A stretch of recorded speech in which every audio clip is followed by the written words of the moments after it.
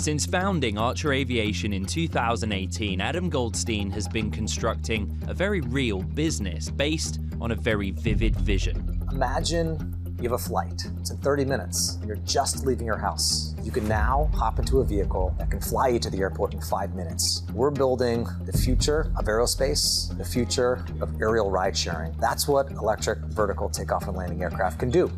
Electric Vertical Takeoff and Landing, eVTOLs for short. These are aircraft designed to carry passengers short distances at high speeds, running on batteries that recharge within minutes.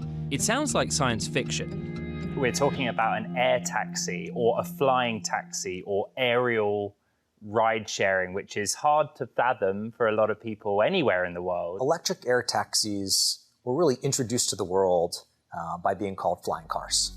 They're very similar to cars, like a car with a wing. But the concept of calling these products flying cars really creates this sense that these products are many, many years off. When the reality is, the products are very close to coming to market. How close? You will see these products come to market by the year 2025.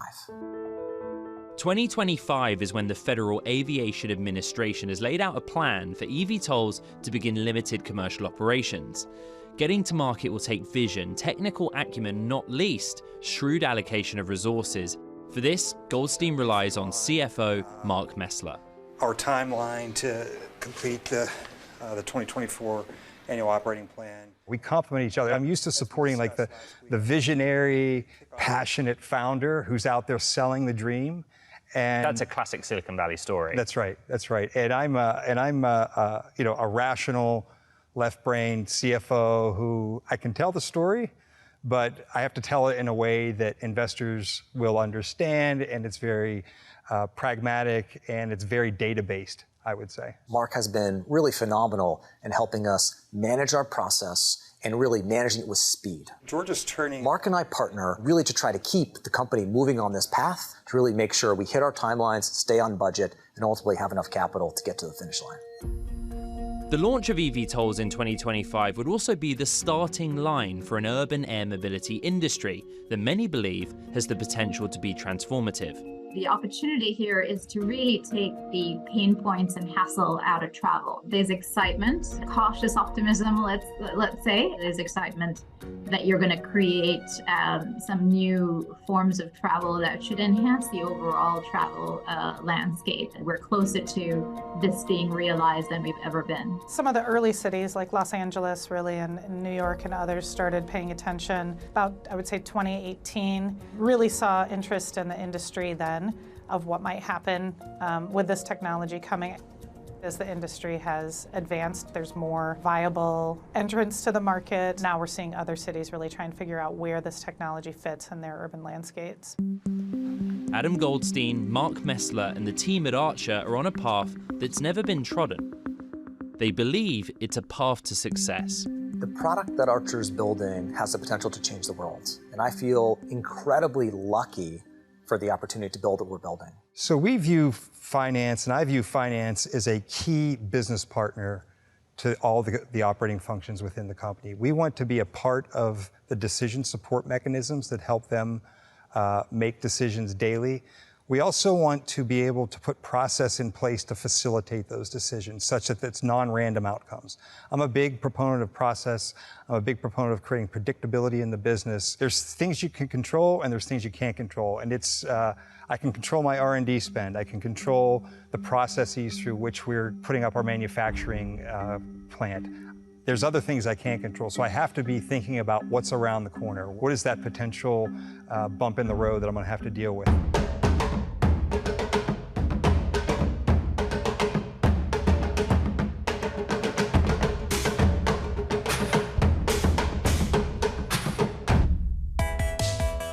In October 2023, Archer's Midnight aircraft made its first flight at the company's testing facility in California, one more milestone on the journey to FAA certification. Archer is one of several eVTOL companies aiming to come to market in 2025. It's chosen a very particular route to get there.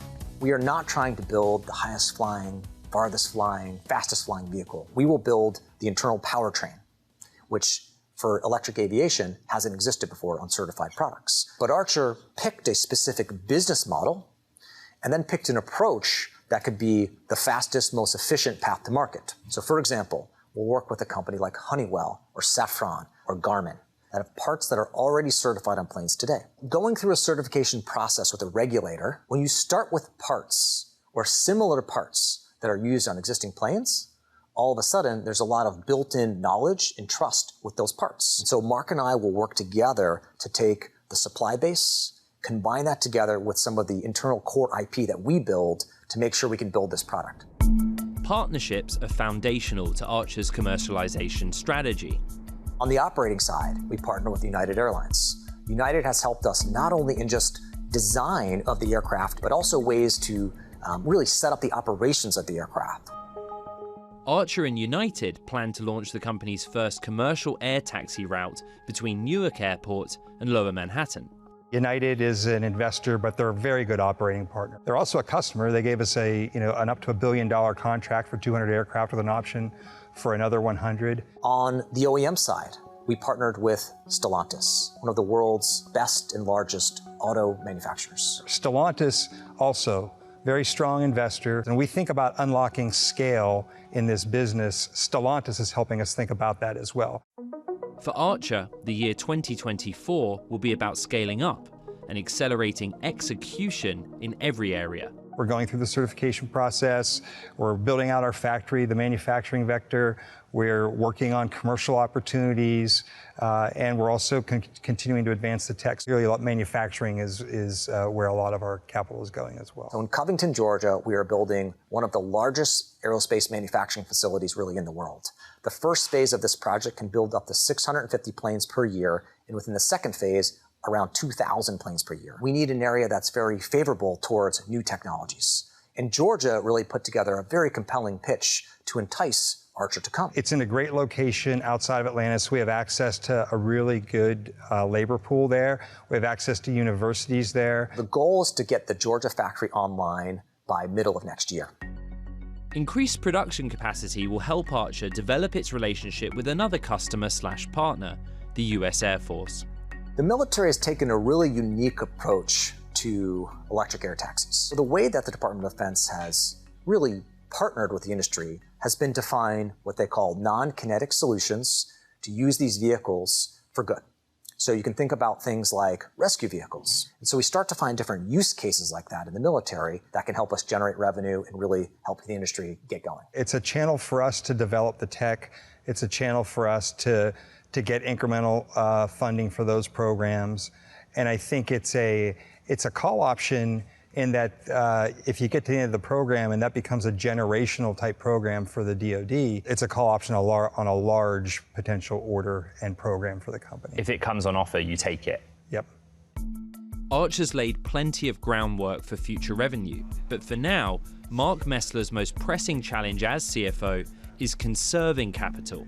You have to have the short-term discipline to sort of circle the wagons around cash. I mean, cash is oxygen. I know where every ounce of cash is going, and but we also have to be nimble around that as well because things change by the day.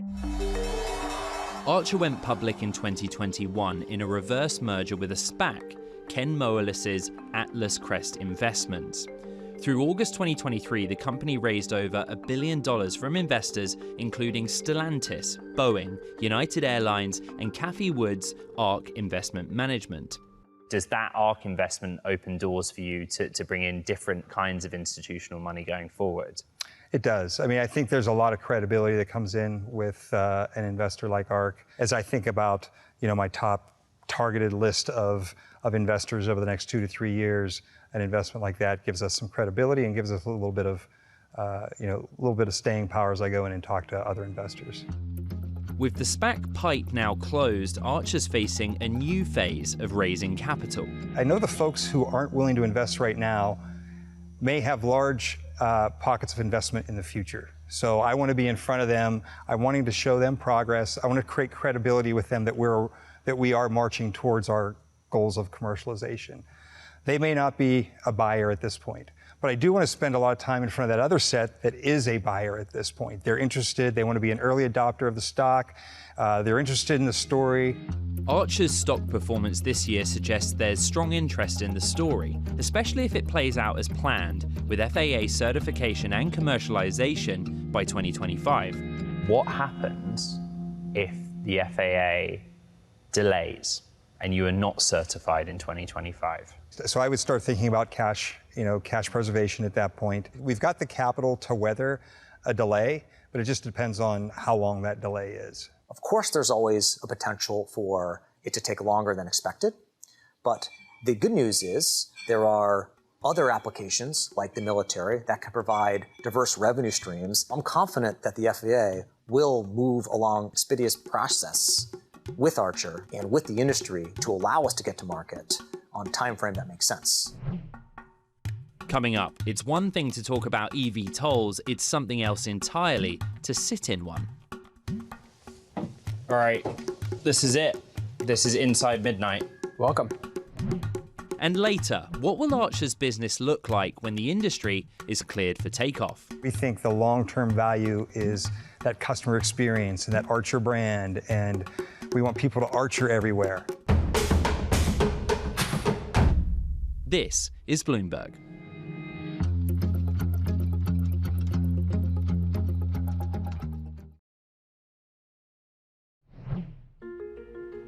Mark Mesler joined Archer Aviation as CFO in early 2022, bringing more than 25 years of experience in the hardware, sustainability, and aerospace sectors.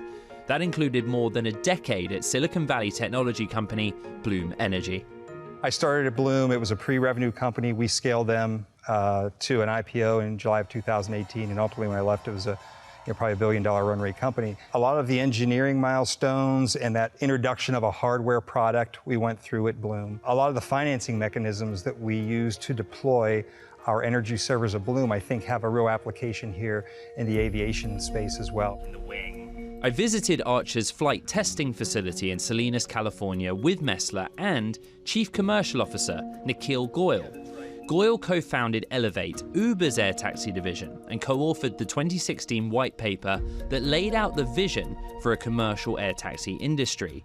He explained how advances in technology have brought that vision to the brink of reality.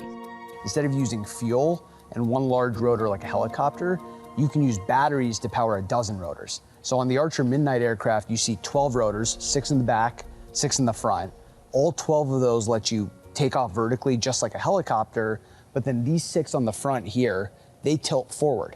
And what that does is it lets you power forward flight like an airplane in tandem with the wing that's on our Archer aircraft. We made the decision early on that we were only going to invest internally on key differentiating technologies, and clearly the powertrain is the key differentiating technology. You saw our investment is a recurring investment with respect to the powertrain team, the battery team, which is part of it, the engine team, electric engine team, which is part of it. And we also have a lot of non-recurring costs with the other components because we're not developing those internally. We're using the existing aerospace defense supplier base for most of the other components. The Midnight testing aircraft was built at Archer's manufacturing facility in San Jose, around the corner from its corporate headquarters. We bifurcated the production system such that San Jose is really a test lab and a low-rate introductory production plant. So we'll build our first minimum of 6 aircraft out of there. We're currently building Covington, Georgia, all the way up to Phase 2 will get us to 2,300 aircraft per year as well. Why spend the money on both? Why bifurcate, as you put it? Well, it's optionality for us because we're going to see what the market bears out. Nikhil and his team will be out developing the market, so I have a call option on that Phase 2. Phase 1 I can ramp up to as the market supports. At the core of Midnight's commercial appeal is the passenger experience. It's designed to seat a pilot and 4 travelers plus luggage. The test aircraft isn't fully fitted out for passengers, but it's easy to imagine what the ride would feel like. All right, this is it. This is Inside Midnight. Welcome. The design is 4 passenger seats, front row, back row, and 1 pilot. How, after all this time, did you arrive at that configuration? 4 passengers, 1 pilot. Our goal is to be the Uber of the air. When I was at Uber, we took all the data of Uber trips going back and forth all over the world. And what we figured out was that 4 passengers was the optimal configuration to do one thing, which is lower the cost per passenger for these trips. So with 4 passengers, just like a sedan, you can split that cost amongst 4 passengers and make that equivalent to what you might spend on an Uber or a taxi. Right. And there's a lot more to it from a financial standpoint than just the passengers. That's one factor. We also look at capacity on the route. So we understand what the cost of the aircraft is. We understand what the cost of the pilot is. We understand what the cost of the repair and maintenance of this is. We understand battery cost. All of that feeds into our unit level economic model. And it does show that pricing at ride sharing prices allows us to make an economic profit on this. Back at Archer headquarters, I actually got to fly Midnight. Okay, not for real, virtually, in the company's e-simulator. Training pilots is another hurdle the eVTOL industry will have to clear. How much burden are you going to take in the training process? Why does that fall to Archer? And if it does, what does it look like for you guys? I think initially we are going to be training our own pilots. This is our own technology. I think eventually as we look to scale, and we're always talking about unlocking scale, we could look to partners to help us do some of the training. Early on, pilot training will be a critical part of our own operations. The simulators really help you get a sense for how easy the vehicles are to fly. In fact, what we've found is people with less flying experience are actually better at flying these planes because you don't have to unlearn as much. Does that include me? That includes you. So within 5 minutes, you were able to take off, fly around the island of Manhattan, and land successfully. And that's your first time you've ever been in a simulator, and that's pretty incredible. Coming up, how Archer plans to build a global business once eVTOLs come to market. You've got millions of people moving to cities and a lot of congestion that we can help solve. And Mark Mesler defines a chief future officer. You can't just sit behind a green eye shade and roll up numbers, and you can't just be out talking to investors. You have to be an operator. This is Bloomberg.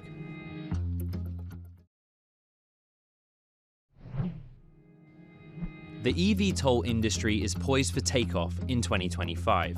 That's when the FAA has said it plans to authorize limited operation of electric air taxis utilizing existing routes and infrastructure. While Archer Aviation puts its Midnight aircraft through testing for certification, it's also mapping out the launch of its commercial business. 2025 is going to start with a few aircraft in a few cities. So the first places that we're looking to fly are what we call our trunk routes, which are city centers to airports. There's already existing operators that fly those routes. So there's an existing heliport on the Manhattan side, and there's an existing heliport on the airport side. So imagine then, all you have to do is swap the equipment and add charging.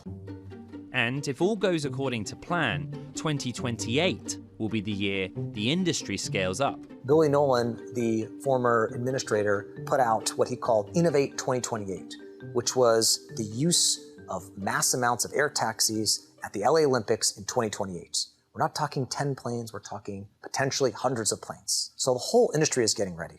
Billy Nolan, who spearheaded the FAA report, is now helping guide Archer's progress to market as the company's chief safety officer. We will be, entry into service in 2025, and then you start to think about some sort of scale by the time you get to 2028. We use the LA Olympics as a forcing function. You start to move into a mature industry as you get to 2030, and you've got full maturation by the time you're in 2033 to 2035. And then this will only continue to grow. We've got a contract with United. That is more of like an OEM type relationship.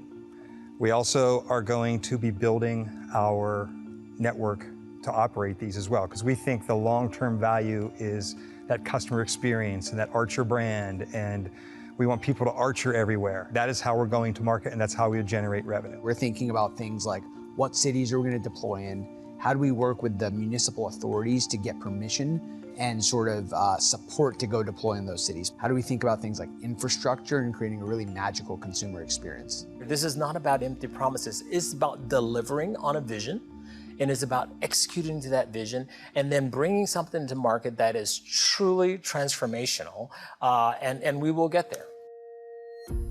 Archer's vision for its business is global. In October 2023, the company signed a memorandum of understanding with the Abu Dhabi Investment Office to launch air taxi service in the UAE as early as 2026. The UAE has been one of the leading countries to say we want to bring air taxis to market. The country wants new mobility solutions, new technology solutions. It's one of the fastest growing regions in the world. And you've got millions of people moving to cities and a lot of congestion that we can help solve. We've gotten top level support from the Sheikh. We've gotten top level support from the GCAA, which is the regulatory body, as well as the government of Abu Dhabi. I think we may very well see some of those global deployments first before we see really large-scale deployments in the United States. I do think you're going to see a very global footprint, and it also will be partly driven by how quickly the regulatory agencies move. There's a lot of different areas that need to kind of come together to make this work. And in some jurisdictions, for various reasons, it might be easier to launch operations than in others. So I think this is going to be a very global approach. I feel very confident that the industry will bring aircraft to market in a very reasonable time frame. And by the 2030s, you will see these aircraft widely used around the world, and people will start to understand the real potential of what the industry can be. CFO Mark Mesler will play a central role in helping Archer fulfill its potential and deliver on its promise. I asked him what he sees when he looks ahead.